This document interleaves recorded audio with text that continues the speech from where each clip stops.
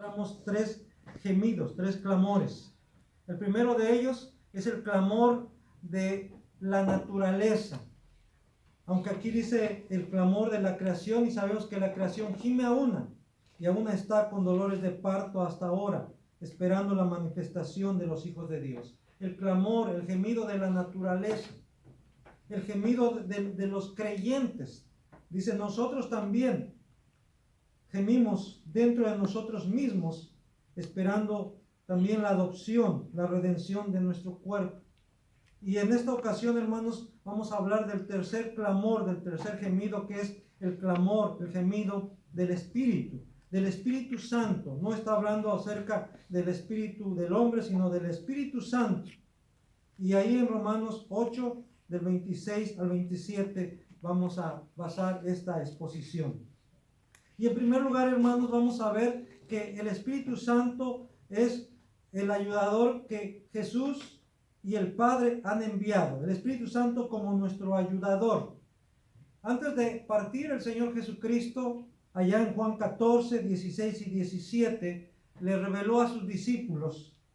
Dice, y yo rogaré al Padre y os dará otro consolador para que esté con vosotros para siempre.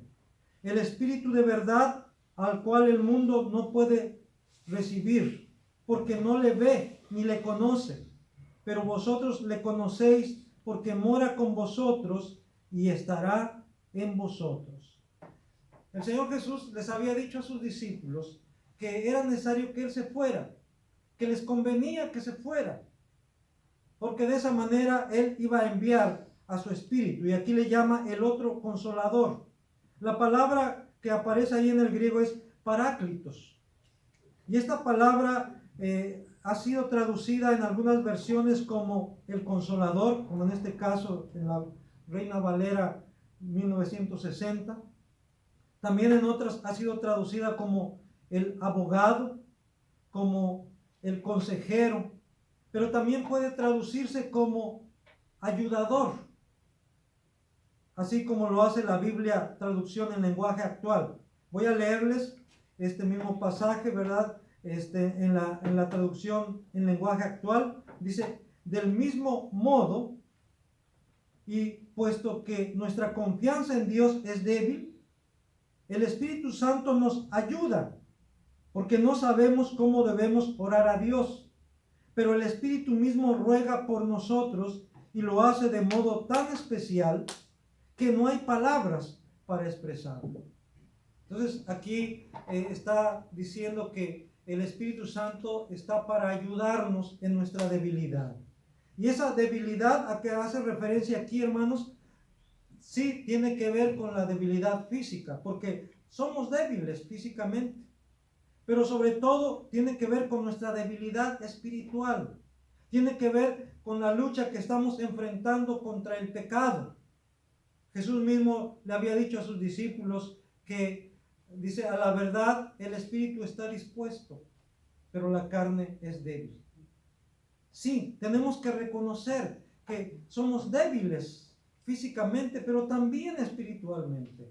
Pues Dios, hermanos, para eso envió a su Espíritu, para fortalecernos espiritualmente y también para fortalecernos físicamente. ¿Por qué? Porque nuestro cuerpo es su templo.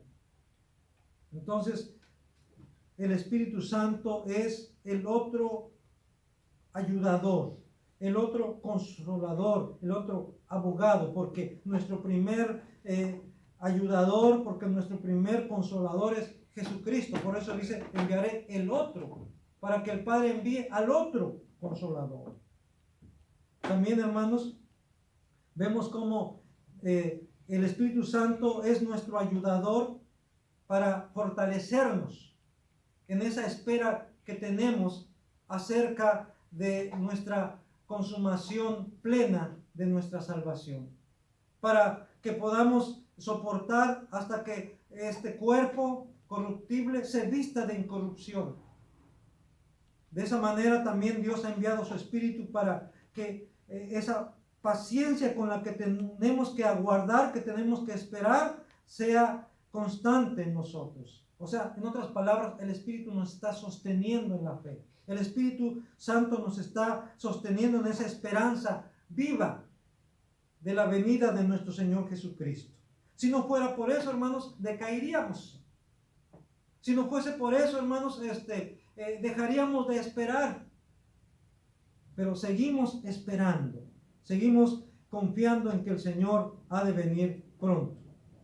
Por eso el apóstol Pablo afirma que el Espíritu nos ayuda en nuestra debilidad. Estamos hablando del Espíritu Santo, no solo en la lucha contra la carne y el pecado, sino también en lo que acaba de mencionar anteriormente, esto es, en la paciente espera de nuestra redención plena de nuestro cuerpo.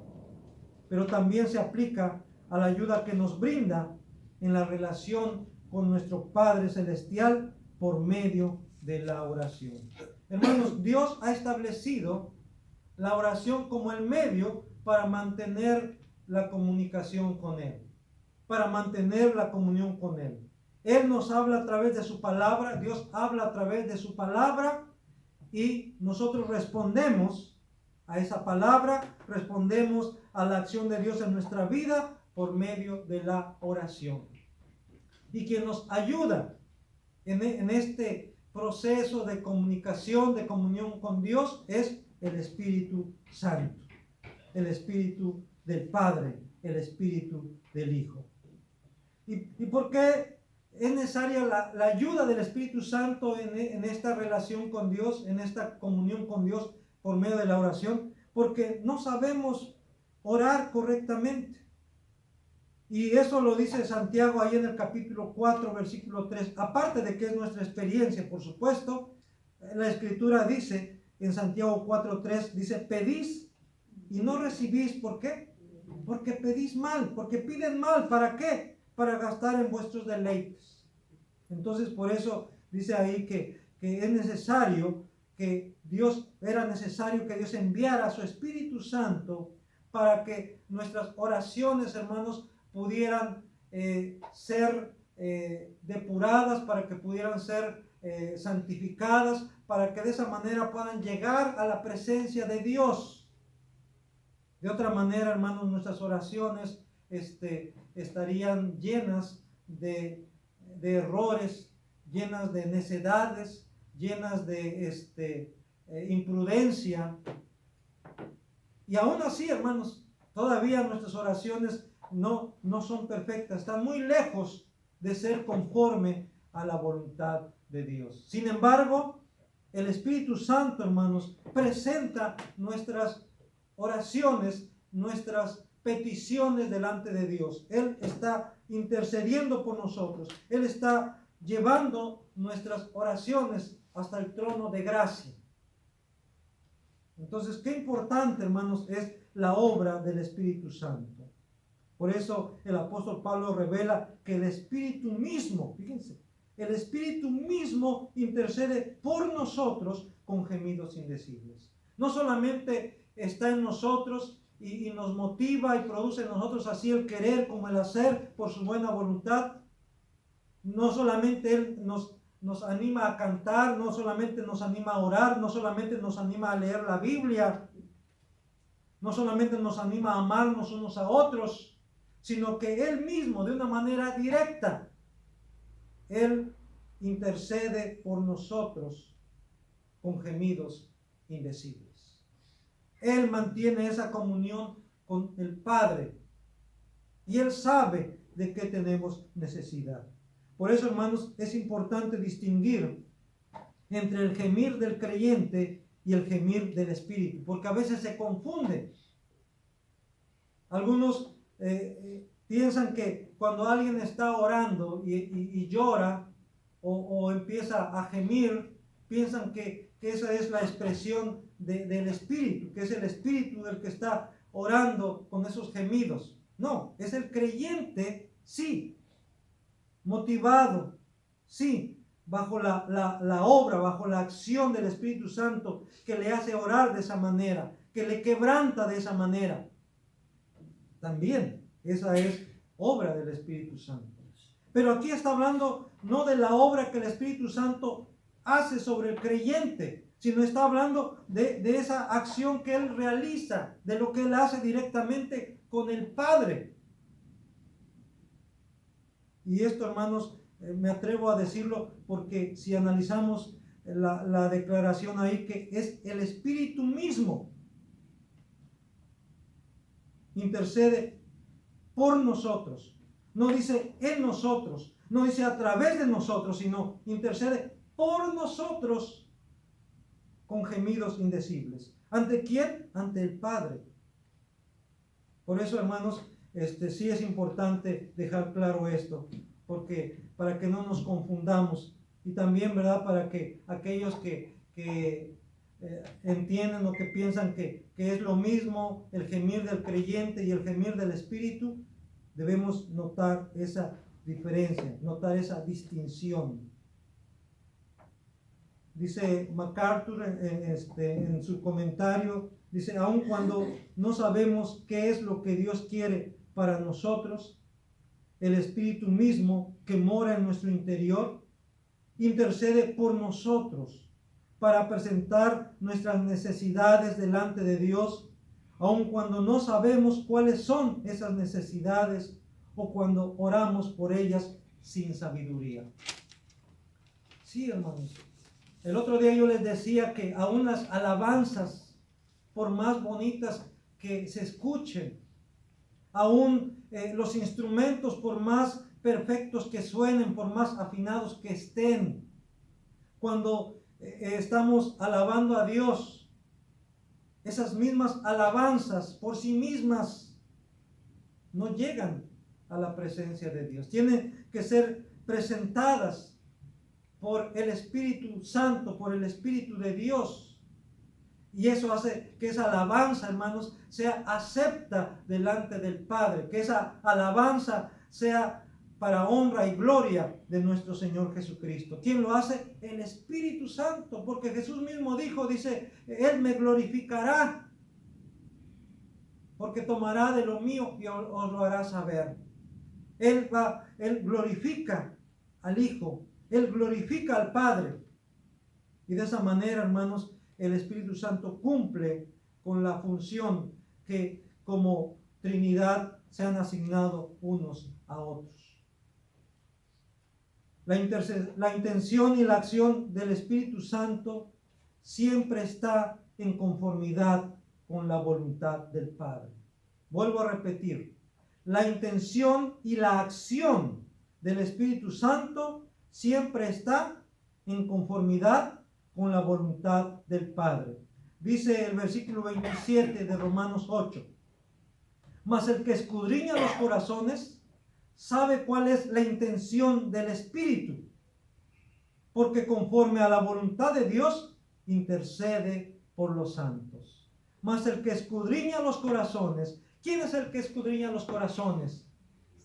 Dios, el Padre, Jesucristo mismo. Él escudriña los corazones y el Padre sabe y el Hijo sabe cuál es la intención del Espíritu Santo. ¿Por qué? Porque es su Espíritu, es el Espíritu del Padre, es el Espíritu del Hijo, porque procede del Padre y procede del Hijo, porque conforme a la voluntad de Dios, dice, intercede por los santos.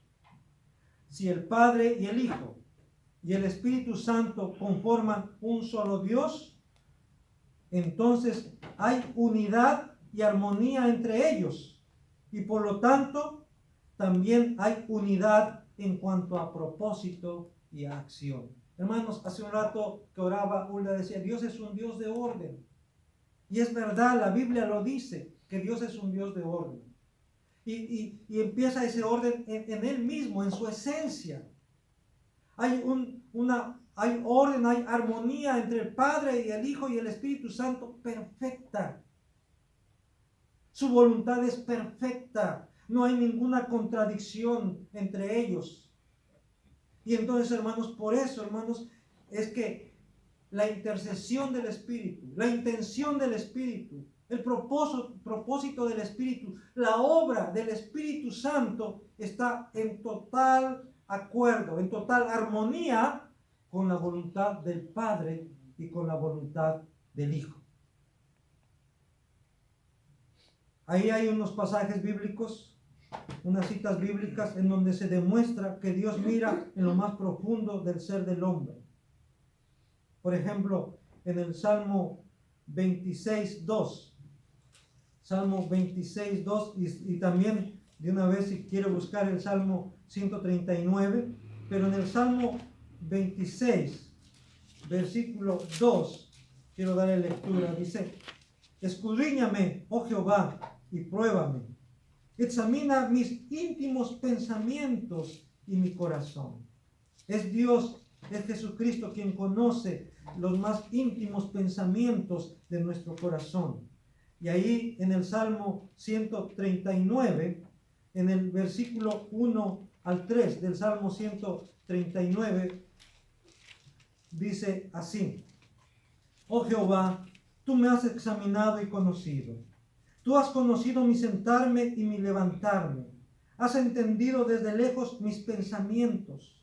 Has escudriñado mi andar y mi reposo, y todos mis caminos te son conocidos. Entonces, Dios mira en lo más profundo del ser del hombre. No hay nada oculto delante de Él. Él conoce lo más profundo de nuestro ser. Él, hermanos, conoce nuestros pensamientos, no solamente en el momento en que los estamos pensando. Y esto les va a sorprender. Sino Él conoce nuestros pensamientos aún antes de que los pensemos. Sí, hermanos. Por eso dice el salmista: tal conocimiento me es demasiado maravilloso. No lo puedo comprender. Por eso dice el versículo 2: has entendido desde lejos, ¿qué? Mis pensamientos. ¿Qué quiere decir? No está hablando desde lejos que desde el cielo hasta acá la tierra, sino la idea que hay ahí es desde lejos, o sea, desde hace tiempo. Desde antes de que yo pensara mis pensamientos, tú ya los conocías. Entonces, hermanos, imagínense si antes de que pensáramos lo que estamos pensando, Él ya lo sabía. ¿Cómo no va a saber lo que estamos pensando en este momento? De veras, esto es maravilloso, decía el salmista: tal conocimiento, saber esto es demasiado maravilloso. Yo no lo puedo comprender, no lo puedo entender. Entonces, hermanos, ¿cómo es que conoce esto? Bueno, por medio de su Espíritu Santo, y más que el Espíritu Santo ahora mora en nosotros. Por eso, antes de hablar, si antes de pensar Él ya sabe lo que vamos a pensar, con mayor razón, aún antes de hablar, Él ya conoce lo que vamos a decir. Él ya conoce nuestras necesidades. Dice el versículo 4 del Salmo 139: pues aún no está la palabra en mi lengua. ¿Qué dice? Y aquí, oh Jehová, tú la sabes toda. Aún no está la palabra en mi lengua, y tú, oh Jehová, ya la sabes toda. Y dice en Mateo capítulo 6, versículo 31 al 33. Mateo capítulo 6, 31 al 33. Dice: no os afanéis pues diciendo qué comeremos, o qué beberemos, o qué vestiremos, porque los gentiles buscan todas estas cosas, pero vuestro Padre Celestial sabe que tenéis necesidad de todas estas cosas. O sea, Dios ya sabe de que tienes necesidad. Mas buscad primeramente el reino de Dios y su justicia, y todas estas cosas os serán añadidas. Dios ya sabe qué necesitas, aún antes de que le pidas. Ella conoce la petición que hay en tu corazón. Lo que tú tienes que hacer es buscar primero su reino, su justicia, buscar su rostro, y Él va a suplir tus necesidades. Jesús mismo tenía este conocimiento acerca del hombre, acerca de lo que hay en el corazón del hombre. Por eso ahí en San Juan capítulo 2, versículos 24 y 25. San Juan capítulo 2, versículos 24 y 25 dice: pero Jesús mismo no se fiaba de ellos. Está hablando de aquellos que estaban ahí para hacerle daño, que estaban buscando la manera como aún hasta de matarle. Dice: pero Jesús mismo no se fiaba de ellos, porque conocía a todos y no tenía necesidad de que nadie le diese testimonio del hombre, pues Él sabía lo que había en el hombre. De esa manera, hermanos, Jesús está demostrando su omnisciencia. Y esta omnisciencia es un atributo que pertenece a Dios solamente. Y cuando dice aquí que Él no tenía necesidad de que nadie le dijese acerca de lo que había en el corazón del hombre, porque Él conocía perfectamente bien lo que había en el corazón del hombre, está demostrando que Él es Dios, que Él tiene ese conocimiento, esa omnisciencia. Él lo sabe todo, Él conoce todo. Por eso cuando Jesús cuestiona a Pedro si le ama o no, y Pedro le dice: Señor, tú lo sabes todo. Tú sabes lo que hay en mi corazón. Tú sabes que te aprecio. Tú sabes cuánto te aprecio. Él lo sabe todo, Él lo conoce todo. El Espíritu Santo conoce el ser de Dios y el ser del hombre. Y esto, hermanos, estoy mencionando esto para reforzar lo que he venido diciendo acerca de que el Espíritu Santo mantiene esa comunión con el Padre de una manera directa, y por eso Él puede interceder delante del Padre y delante del Hijo de una manera que nosotros no alcanzamos a comprender, que no alcanzamos a percibir. Dice en 1 Corintios capítulo 2, versículo 11. 1 Corintios capítulo 2, versículo 11. Porque ¿quién de los hombres sabe las cosas del hombre, sino el espíritu del hombre que está en él? Así tampoco nadie conoció las cosas de Dios, sino el Espíritu de Dios. ¿Quién es el que conoce mejor al Padre? Sino el Hijo y el Espíritu Santo. ¿Por qué? Porque es el Espíritu del Padre. Por eso, hermanos, quiero citar a Hendrickson. Dice: y dado que hay una perfecta armonía entre las personas de la Santa Trinidad, de modo que la intercesión del Espíritu, acompañada de gemidos, coincide completamente con la voluntad del Padre, el resultado debe ser que dicha intercesión es siempre efectiva, nunca falla. De veras, hermanos, nuestra intercesión puede fallar. Incluso antes la oración por las peticiones de la iglesia, de la congregación, se le llamaba oración intercesora. Otros le llamaban oración pastoral, oración intercesora. Y había quienes pensaban que si oraba el pastor por su necesidad, por su petición, Dios iba a responder. Pero que si oraba el anciano o oraba algún otro hermano de la congregación, pues no, como que no tenía la misma fuerza, como que no tiene el mismo valor. Pero es porque no han entendido, porque no hemos entendido que la eficacia no depende de quien ora, sino la eficacia depende de la obra del Espíritu Santo, quien está intercediendo por nosotros delante del Padre. Y esa es la oración, esa es la intercesión que sí tiene validez y eficacia 100%. Y por eso no debemos confiar, no debemos esperar que las oraciones de tal o cual persona sean más eficaces que otras, sino debemos estar confiados, convencidos de que la oración, la intercesión eficaz 100% es la oración del Espíritu Santo, la intercesión del Espíritu Santo, porque Él lo hace, dice, aún con gemidos indecibles, porque lo que nosotros debemos pedir o cómo debemos de orar, no sabemos, pero el Espíritu sí lo sabe. Él sabe cuáles son nuestras mayores necesidades. A veces nosotros nos guiamos solamente por las cosas materiales. Hay cosas que para nosotros son prioridad, pero no son importantes realmente. Pero el Espíritu Santo sí sabe con precisión cuáles son las cosas más importantes, cuáles son las cosas que sí necesitamos realmente. Esta declaración de que el Espíritu mismo intercede por nosotros y de que Él sabe realmente qué es lo que necesitamos, debe llevarnos a unirnos con el apóstol Pablo en su acción de gracias a Dios, no solo por la salvación de los tesalonicenses, sino por la salvación de todos los creyentes en todo el mundo, de todos los lugares de la tierra, pero también de todos los tiempos, y sobre todo también darle gracias a Dios por nuestra salvación. Darle gracias a Dios por tu salvación.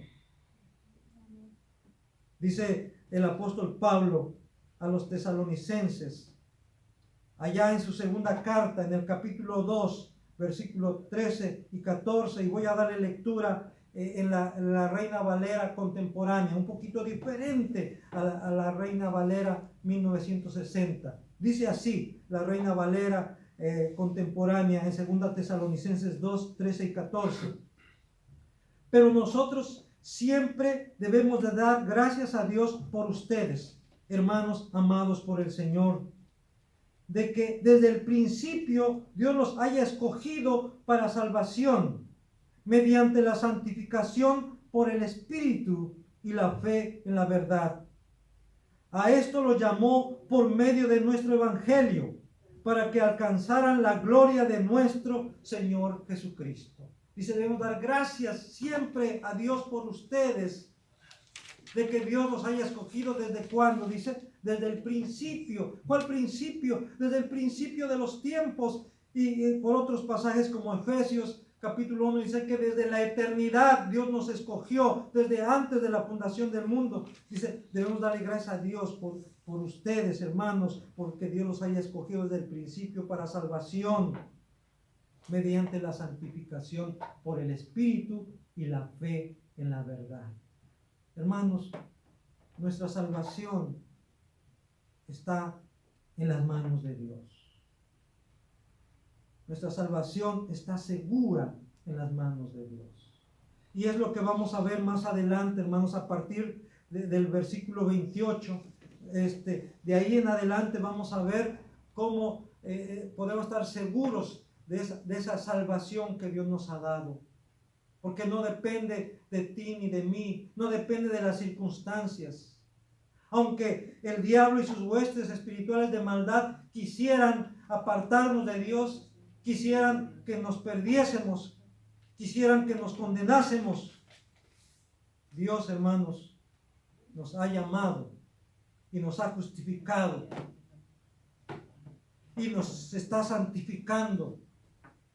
Y va a llegar el momento en que Él mismo también nos va a glorificar. Y nada ni nadie podrá separarnos de Él. Ni lo alto, ni lo profundo.